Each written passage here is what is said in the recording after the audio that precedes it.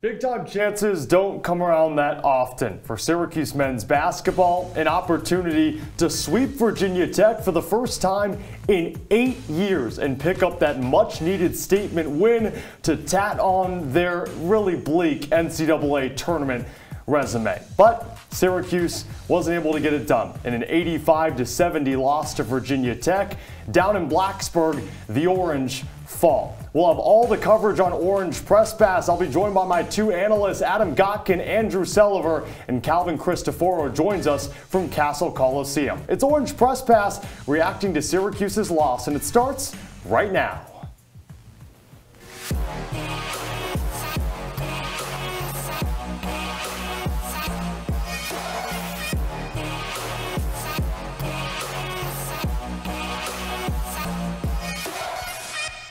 Welcome into our CitrusTV studios for Orange Press Pass with Andrew Selover and Adam Gotkin. I'm Cameron Ezeir. A lot of hope entering this ball game after Syracuse narrowly lost to North Carolina and a chance to pick up a big-time win. You go on the road, you play the Hokies of Virginia Tech, and you can't get it done in an 85-70 defeat. Andrew, your first thoughts? If you can shoot the three-ball, Cam, you're going to beat Syracuse because Virginia Tech certainly did that today, Adam, and the Hokies pulled it off. You look back to a Colgate game earlier in the season, and Colgate's not the best of opponents, right? Well, they come into the Carrier Dome and knock off Syracuse for the second time in a row because they could shoot the three ball, 19 of 39 from deep. You look at the difference between today's game and the previous game between the Orange and the Hokies, and it's just the fact that VT knocked down the threes. They did so well today, especially in the first half, and that's why Virginia Tech wins.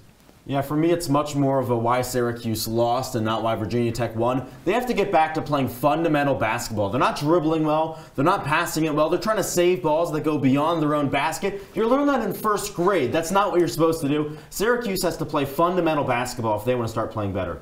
Andrew, Adam, a lot of what you're not supposed to do for Syracuse occurred in this ball game. Down in Blacksburg, it's Syracuse and Virginia Tech. The Orange took the first meeting 82-72 in the Dome about 3 weeks ago. And now it's the Hokies crowd getting fired up. And in the early going, Malik Brown, his first collegiate start, and he started it off well. A lot of fireworks make it 3-2 VT. But this was what sent Syracuse into a hole. Hunter Couture didn't play 3 weeks ago. He had 6 threes in the first half. Virginia Tech as a team, 11 threes in the first half. It just wasn't pretty from start to finish in that first half of play. Virginia Tech only hit 3 threes in that loss to Syracuse 3 weeks ago, but time after time, just the triple dooming the Cuse. Now, it wasn't always bad news. Justin Taylor, 5 minutes to go in the first half. He had 3 threes in the first 20 minutes, but that was really the only positive. Another 3 for the Hokies. The third time they score more than 50 points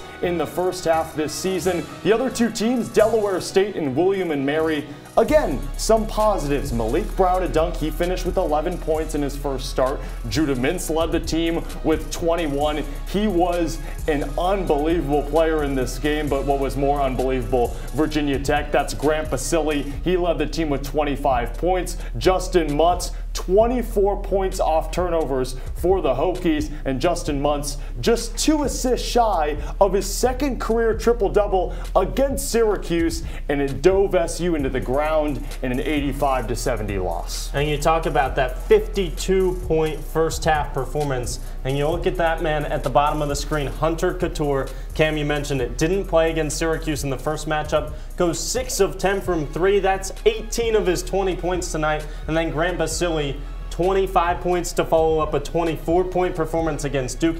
8 rebounds, that's more than anybody on Syracuse's team, and he didn't even lead the Hokies on the boards. Yeah, and you mentioned that rebounding. Malik Brown, the leading rebounder for Syracuse, he's only about 6'8", only 6 for him. The Orange just couldn't get it done on the boards, the least rebounds all season as a team. It wasn't pretty at all, and Calvin Christoforo down in Blacksburg, he had to witness it all, so we welcome Calvin in now. Calvin, Virginia Tech, 3 threes against Syracuse 3 weeks ago in an SU win, and what happened in the first half? 11 threes for the Hokies in just the first 20 minutes. What led to that barrage? You know what, Cam? It's a combination of things. I can't give you one real answer, but there's a bunch of different things that happened. I mean, the first time it happened, Basile just got lost in the corner before you knew it. He caught and shot a three, knocked it down. Sliding over late happened, but I think the biggest thing is Virginia Tech just knocked down the same open looks they missed up in the Dome against Syracuse. Tech 3 for 19 in the Dome, shooting the triple, 11 threes in that first half. They just made a lot more open looks than they did when they were in the Dome. Hey, Calvin, obviously not the game that Jim Boeheim wanted to bounce back with. Was there anything tonight that seriously upset the head man for the Orange? You know what, Andrew? Not really. He was actually quite pleasant in the post-game press conference, smiling, laughing, referred to Jesse Edwards as Bob Cousy for his failed behind-the-back pass.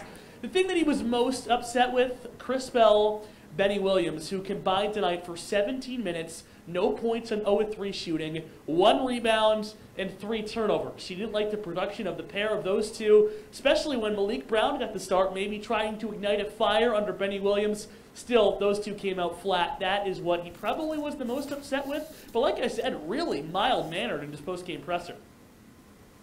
Hey, Calvin, you're talking about those younger guys who struggled. The two seniors on this team, Joe Girard and Jesse Edwards, combined for less than 20 points. To you, who had the worst game?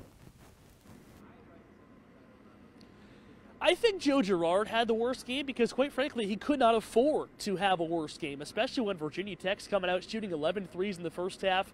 How are the Orange going to keep up with that? Well, they need some three-point shooting of their own, and who are they going to shoot the three-point shot better than? With Joe Girard. So when Virginia Tech's scoring in bunches, you need to score in bunches. Jesse Edwards is not going to get you 35 points like Joe Girard has the potential to. Girard falling flat in the worst time tonight because Syracuse in the second half had some real opportunities to come back in this game. They had a chance to make it a 9-point game with like 11 minutes to go. Girard gets going down the stretch, a shot to steal this game on the road, but the Orange really never got close because Joe just was never himself. Well, Calvin, Virginia Tech hit 13 threes. I see that three-point line behind you. Before you leave Blacksburg, maybe you should take a shot at it. But yeah, the jump shot looks pure. Calvin, thanks so much and safe travels back. That's Calvin Christoforo down in Blacksburg. Syracuse drops at 85-70. When we come back on Orange Press Pass, we break down this game even more. Benny Williams not great. Malik Brown a little better. And the seniors seriously underplayed. We'll break it all down when OPP returns.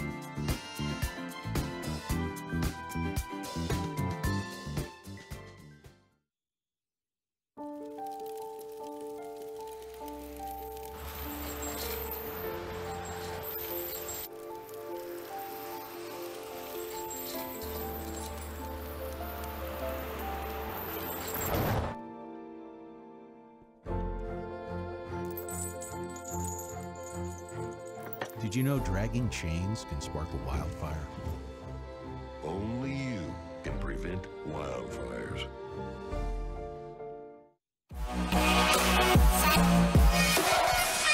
Back on Orange Press Pass, breaking down the Syracuse loss, 85-70 to Virginia Tech with Andrew Selover and Adam Gotkin. I'm Cameron Ezeir. A lot of bad that went on in the first half. It carried over into the second half, and I think it started with three-point defense.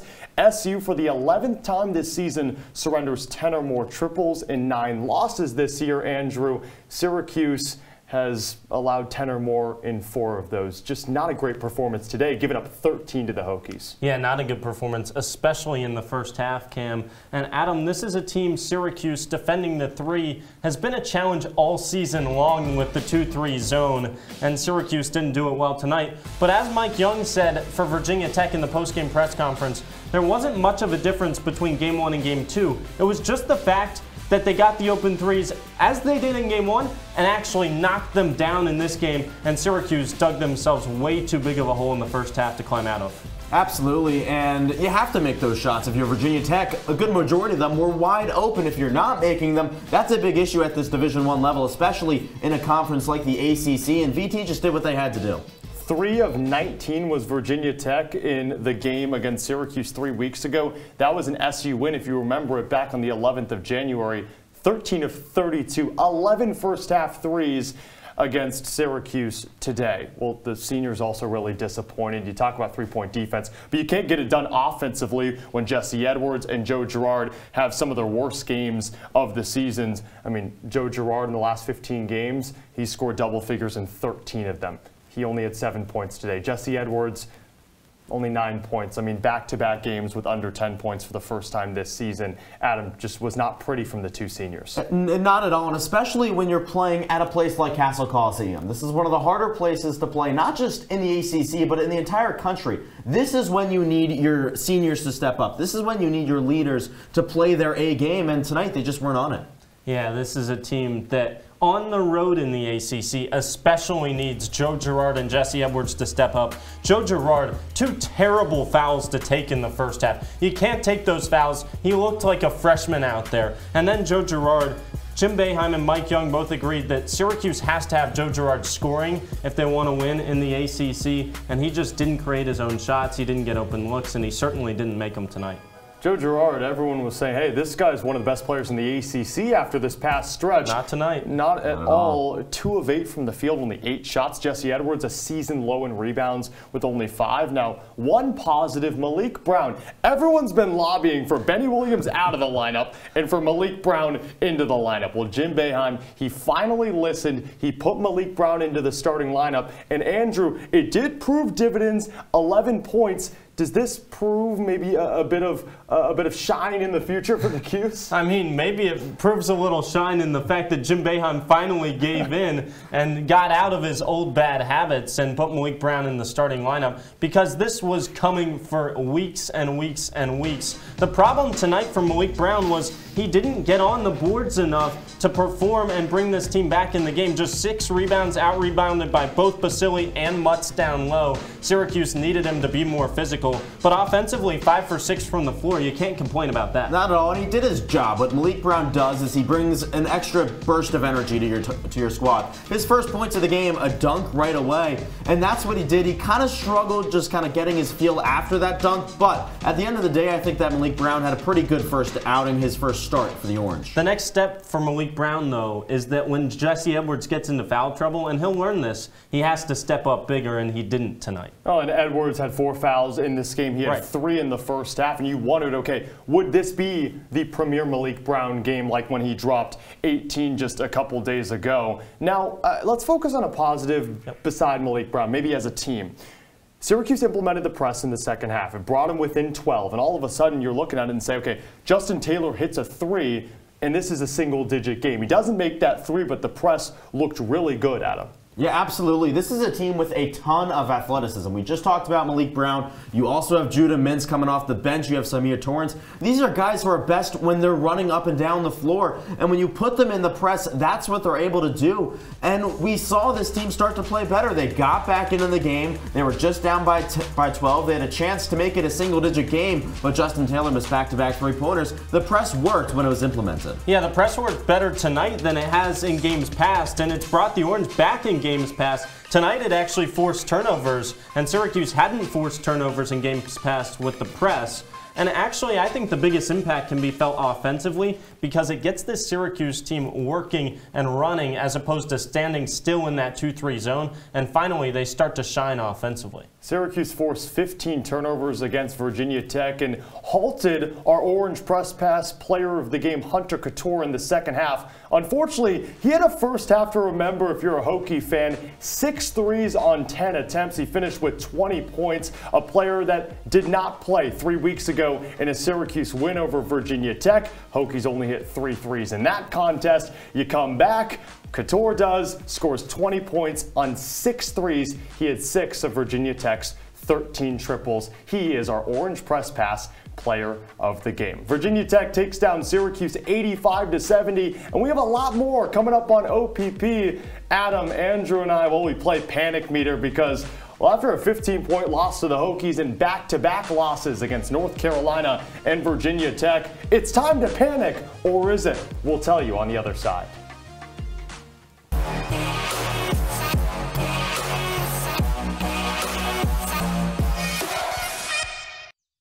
Jason, let's go see your room.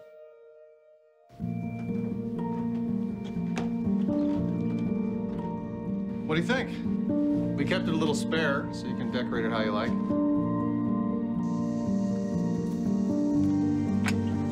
Dinner! Go? Excellent. Yeah, I saw you guys out there. We're the family. I thought you were on my team.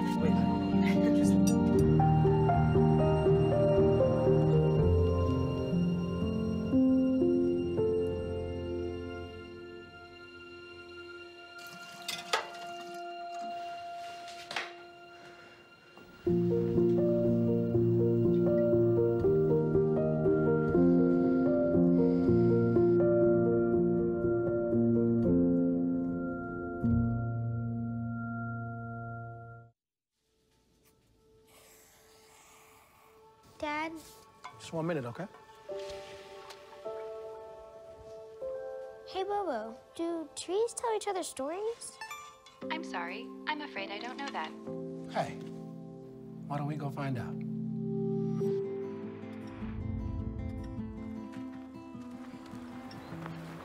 Listen. Do clouds take naps? I couldn't tell you.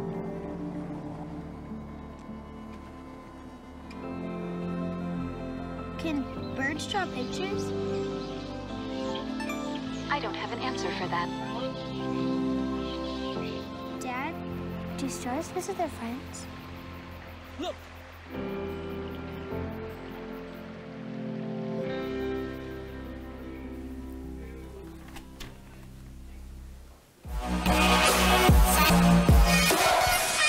Back in our CitrusTV studios for Orange Press Pass, breaking down a Syracuse 85-70 loss to Virginia Tech with Andrew Selover and Adam Gotkin. I'm Cameron Ezeir. It's time to panic, or is it? Panic meter. You see the fire behind us. Has Syracuse's season turned into a dumpster fire? Well, we'll see. I'll throw out 3 different topics, and our esteemed analysts will break it down 1 through 10. Just how panicked are you? I'm going to start with Benny Williams, and before we get to you two guys, let's see how panicked Jim Boeheim is about Benny. Benny hasn't played well. He hasn't really practiced very well either. What did you see from Chris and Benny? Well, doesn't that tell the whole story? Jim Boeheim saying that his former 5-star recruit, the only recruit of last year's class, he doesn't play well and he hasn't practiced well, which tells you one thing, that he probably shouldn't be playing, which he didn't. Only 8 minutes on 1 missed shot, no points in this loss against Virginia Tech. Over the last 9 games, Benny Williams, 5 or fewer points in 7 of those 9. Andrew, I have a feeling where you're going to go with this. The entire Syracuse community kind of has a feeling of where you're going. How panicked are you? I'm very panicked, Cam, but The funny thing is, it didn't seem like Jim Boeheim was too panicked. He knew it was bad, but he didn't seem too panicked. I'm freaking out over here, Adam. It's a full-on 10 on Benny Williams. I think this guy's out the door. I think the transfer portal is calling for Benny Williams, especially after finally Jim Boeheim sends Malik Brown to the starting lineup. And now Benny Williams has fully lost his playing time. I am close to a 10, but I'm going to be down at a 8. Benny Williams was pretty decent to start the year, up close towards 10 points a game. He's just in a slump right now. He can't shoot the ball well, only 33% in the new year.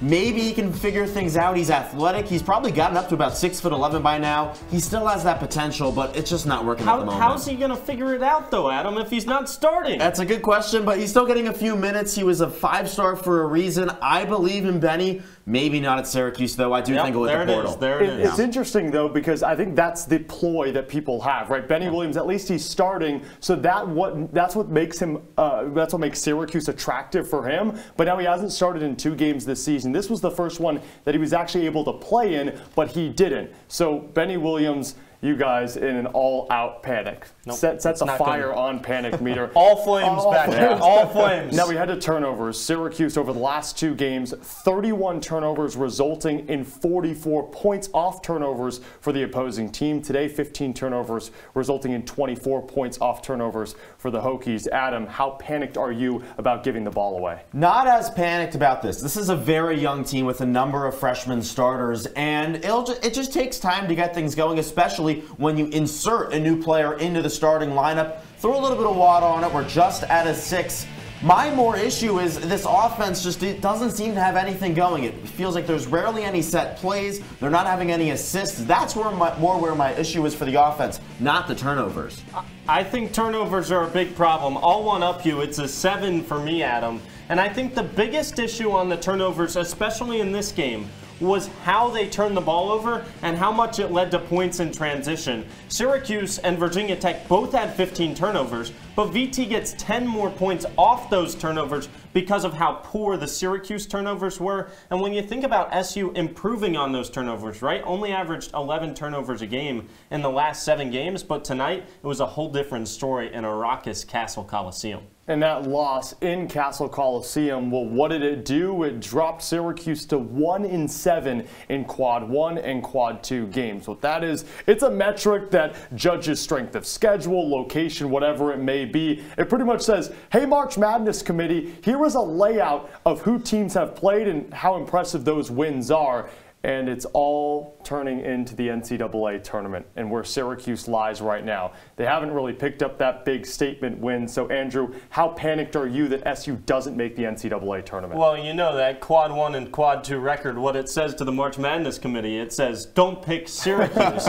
But I'm not super panicked. It's just a 4. This is a growing year for Syracuse, Adam, because the Orange really didn't have too many expectations, only returning key veteran figures like Joe Girard and Jesse Edwards. SU was always going to have to start some inexperienced players this year, and I think next year is the year where, okay, the experience is building with these freshmen and the expectations are really set to be in the tournament. This year, did you really expect SU to make that March Madness run? Look, here's my issue. You have a rebuilding year with the head coach who's about 80 years old. It's not the time to have a rebuilding year. And yes, you had a lot of freshmen coming in, but at the same time, there were hopes for Benny Williams to improve. You had Jesse Edwards and Joe Girard coming back. I'm a 10. We have this panic meter thing behind us. I would blow it up. A big thing of fire going up into the air. Because if we go back to before the UNC game, there were talks of this team maybe getting into the bubble if they could win 2 out of the next 3. There were true talks about it. Because if we look at the schedule moving forward, they have chances for Quad 1 wins. They have chances for Quad 2 wins. Do they? There was a little bit of belief. Well, think about up next. We have UVA. Duke comes to the Dome. They play Pitt. That's it, though. That's it. Come on. I mean, there's playing chances. in the ACC. When they lost to Bryan and Colgate, all hope was out the door. That's true. This is an ACC, but at the end of the day, this is the ACC. This is a Power 5 conference, and if you can get enough wins, if you can stay down at 10 to 12 12 losses, maybe they had a chance, but at this point, they almost have to win out. Right, because trace it back to that Miami game. You have a lead. You probably should have won that. That's a quad one opportunity on the road. Against Pittsburgh, you're down by 20. You come back. That's an opportunity. You don't lose to Colgate, Bryant, and St. John's. All of a sudden, you're looking at a 16-17 win team. But yes, NCAA tournament hopes, they're always on the mind of Syracuse fans because Jim Boeheim has been here for so long. So I understand what you're saying with expectations, but I feel as if Jim Boeheim, if he is the head of the ship, there's always going to be those NCAA tournament hopes, whether they be expectations or whether they be actually, fighting for reality. They're just hopes this year, let me tell you, Syracuse fans. It's time to panic, I think, at this point. Syracuse 13-9. They lose 85-70 to Virginia Tech. One last break here on Orange Press Pass. When we return, we break down the rest of the ACC and see where does Syracuse lie. And we preview Virginia. SU goes from Va Tech to their Commonwealth neighbors. OPP returns when we come back.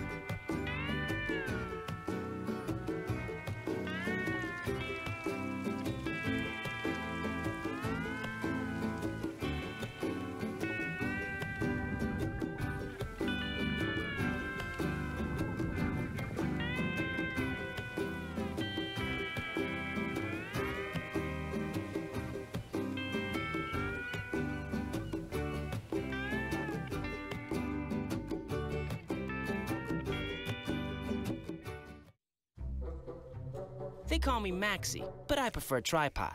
I was your above-average four-legged homie, and then wham, bam, minivan. Some people pity me. Now that's lame. I still run, fetch, and swim. And the ladies love me. I'm the ultimate wingman. Just don't ask me to high five.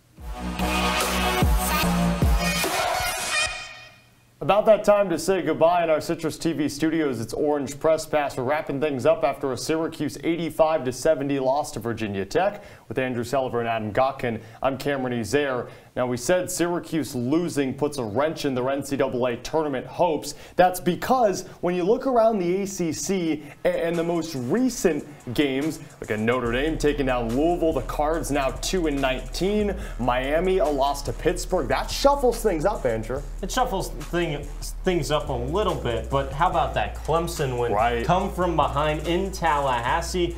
The Tigers have really proved that they belong in the ACC this season at the top, deserve the number next to the name, and are almost certainly headed to the tournament again. Does that win really prove anything to you? Florida State is one of the worst teams, not just in the ACC, but one of the worst teams in all of Power 5 or Power 6. It proves that they can win games, Adam. It proves that they can win games, but I mean, this ACC is rough. Maybe 5 teams in the tournament, by far the worst power conference, and just these games, I mean, it's weird to see. You know, you have Pitt going to Miami and beating the Hurricanes. Florida State almost beats Clemson. The top of the ACC does not seem that good right now. That's a big-time win from Pittsburgh, though, against a ranked Miami squad that made a run in the tournament last year. That's the type of win, if the Panthers want to go dancing, they have to have. And with the standings, Virginia, the only top 10 and just top 20 team in the ACC. You got Clemson, you're right, Pogo sticking their way up.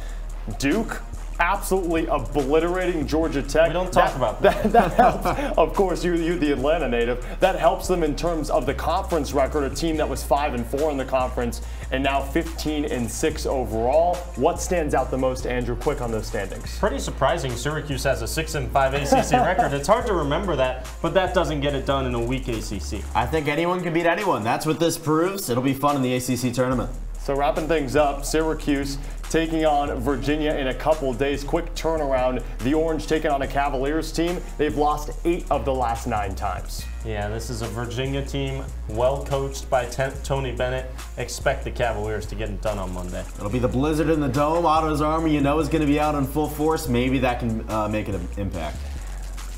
So Syracuse loses to Virginia Tech 85-70. Andrew, your final thoughts? This season, Syracuse fans, it's over. Wow. The Orange are not headed back to the big dance once again in 2023. This put the cap on it, and Syracuse just hasn't been able to pull off that statement win. Had another opportunity. These opportunities are going by quickly, and the Orange haven't capitalized at all. You went negative. I'm going to go positive for my final thought. The freshman impressed tonight. Judah Mintz doing what he does. Malik Brown in double figures, as was Justin Taylor. The future is bright for this Syracuse team. Future might be bright. We'll see come Monday, 7 o'clock game. Orange Press Pass at 11 once again. That's on Monday. For our producer, Jacob Bernardini, for Adam Gotkin and Andrew Selover, I'm Cameron Ezeir saying so long. The Orange lose back-to-back games for the first time in 2 months, 85-70 losers to Virginia Tech.